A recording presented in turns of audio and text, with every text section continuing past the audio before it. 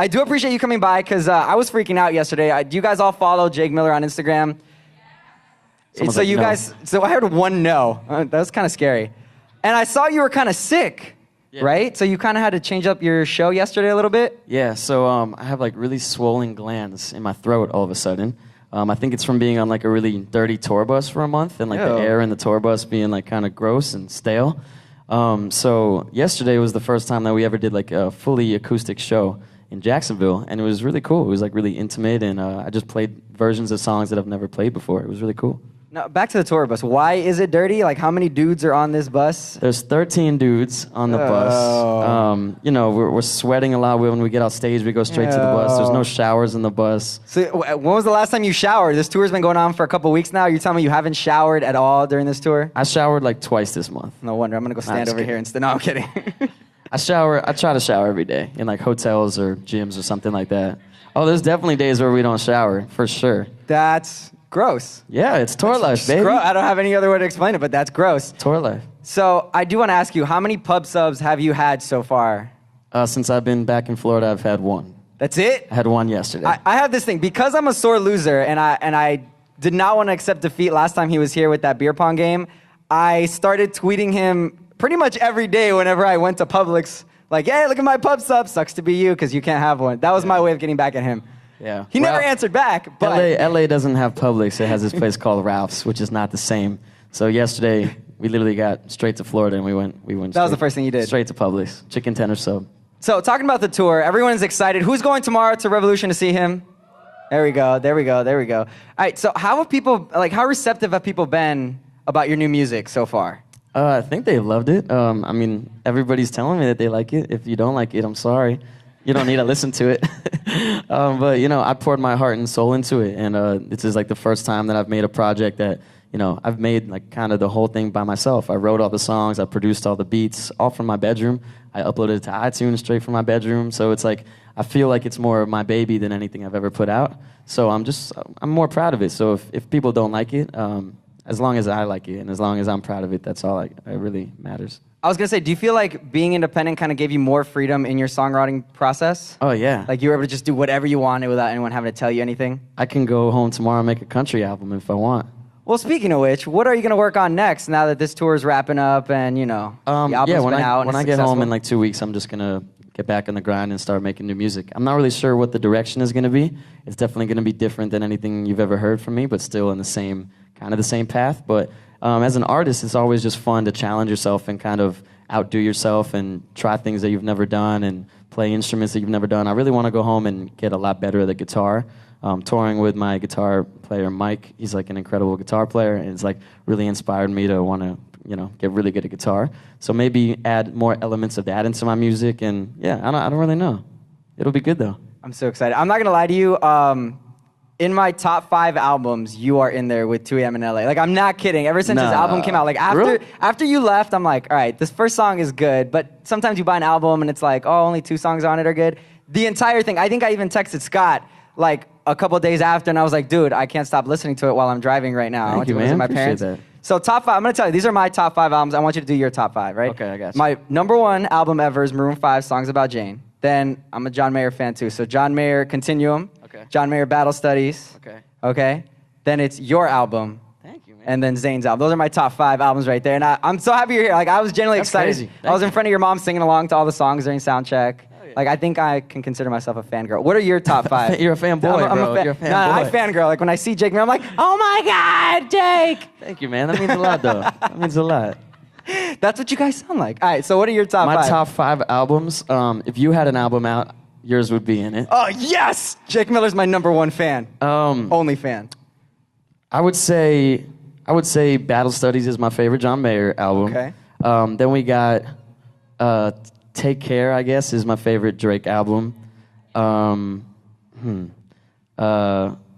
Like one of like the OG Eminem albums, like with Lose Yourself on it and all that stuff. I don't remember which one is which. Maybe it's called like the Marshall Mathers LP. I remember. There's so many. They're all so good. They're all amazing. Damn, there's too many. That's the hard part when it's your top 5.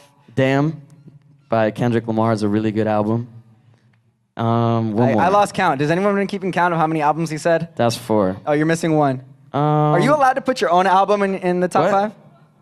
Post Malone, yeah. What's it called? Stony, that's really good. Yeah. Okay, I really just- like J. Cole. Maybe 6. one of his. Yeah. You want to keep going? You want to just do I top could go 10? forever. Nah.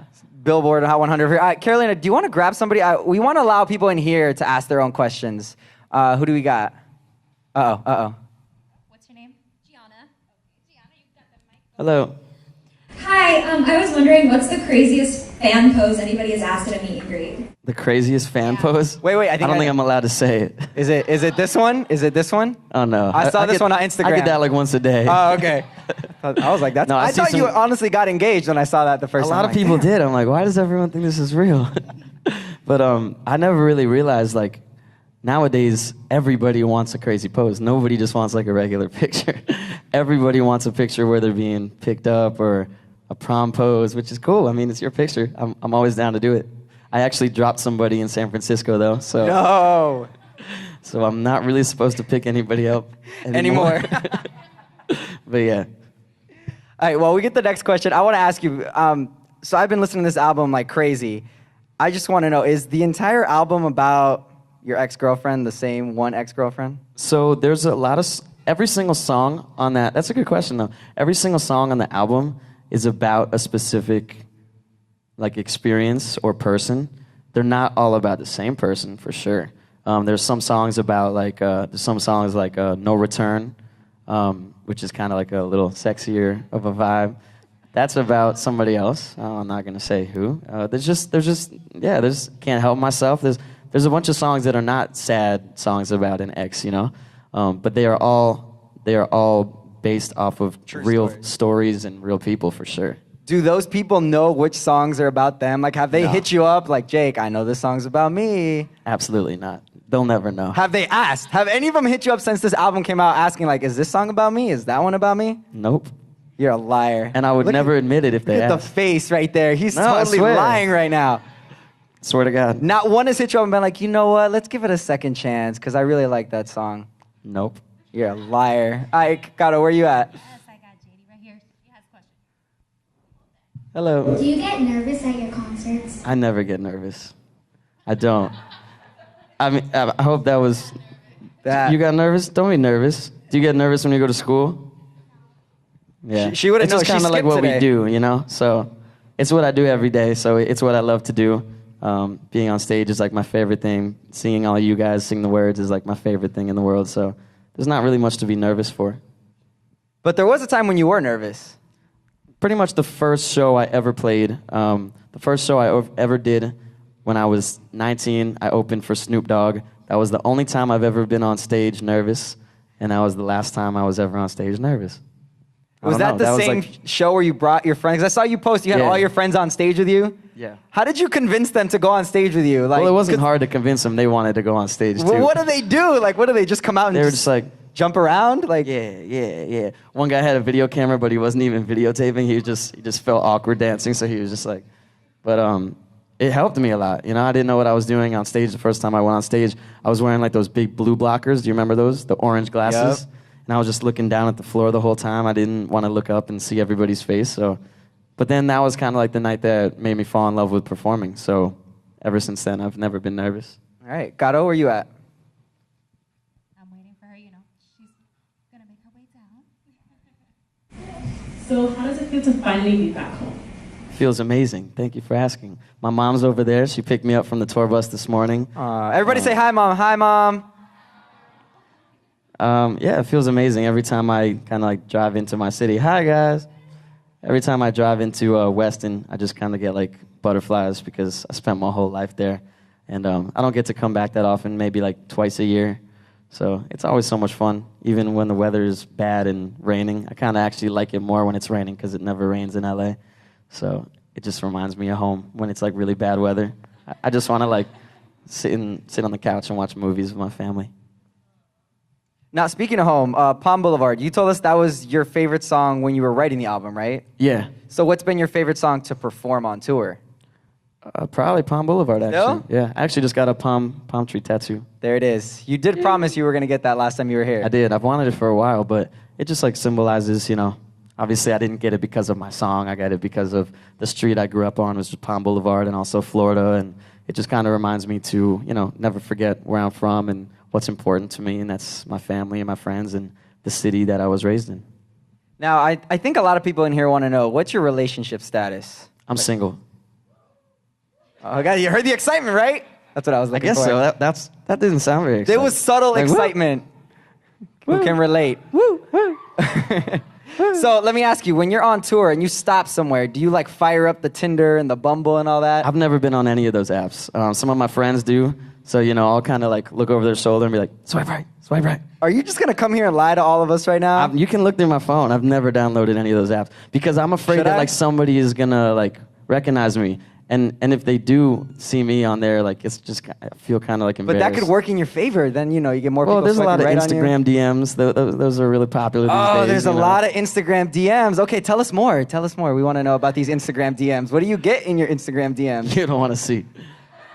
You can, paint a picture for us. Pretty much exactly what you could expect. 99% of it is like fans saying how much like they enjoyed the show and like I love that. And then there's 1% that's just like you do not want to see it. Guys, girls. Oh, they don't discriminate. Yeah. All right. I'm expecting people sending you pictures of like cupcakes or something, but nope, never that's got what that. You're getting. Okay. So then, what would be an ideal date? I need you guys to take a pen and paper out right now. Write this down. Ideal date with Jake Miller would be an ideal date. I'm a low key guy. I just like to maybe spend the day at the beach, and then for dinner maybe go to like sushi and a movie. Publix for a sub. No, I don't know about that, Frankie. That's a cheap date. It's a good date. I don't know about you, but all right. Kata, you want to do another question? Oh, she has another one. Okay. Do you plan on ever coming back and moving back to Miami? Me and my mom were just talking about that. I probably will move back to Florida at some point, but I kind of want to like be where I want in my career before I move back. That's kind of the reason I moved to LA, because I feel like I need to be there in order to kind of like feel inspired and meet new people that can help me and work with people. And once I'm at the point in my career where I feel like I can leave LA and do what I'm doing anywhere, I'll probably move back to Fort Lauderdale, maybe somewhere like near the beach though. Have you gone back to the Publix where you like originally worked at and walked in and been like, look at me now. I don't need to bag groceries no more. I'm good. No, I haven't gone back. Bad memories. Bad memory? Why? So the reason that I didn't like it there, why I quit, was because like every time you work there, there's supposed to be like 30 minutes during everybody's shift where you rotate and you put on the orange reflective vest and you go outside in the parking lot and you collect the carts. Okay. And every shift, I would find myself, I would go there and they would put me outside for 30 minutes. Then the next shift, I would be out there for an hour. Then the next shift, I'd be out there for an hour and 30 minutes. And there was a time where I literally clocked in and the entire like 5 to 6 hour shift, I was outside collecting carts. And at that point, I was like really young and paranoid and I thought I was gonna get kidnapped. So I was just like, yo, I'm out. At a Publix in Weston, of all places. Hey, dude, I didn't realize like how bubbled, Weston was. At that point, I'd like barely been outside of the state, I wasn't traveling or anything. I didn't realize how safe Weston was or Florida. So I was just like, I thought I was going to get kidnapped. If it was like Hialeah or something, I'd be like, yeah, maybe you should be a little concerned. But Weston. Bro, I'm just circling a parking lot for 6 hours. This little kid just waiting for somebody to say something to me. I don't know. All right, let's do one more question. I said I quit.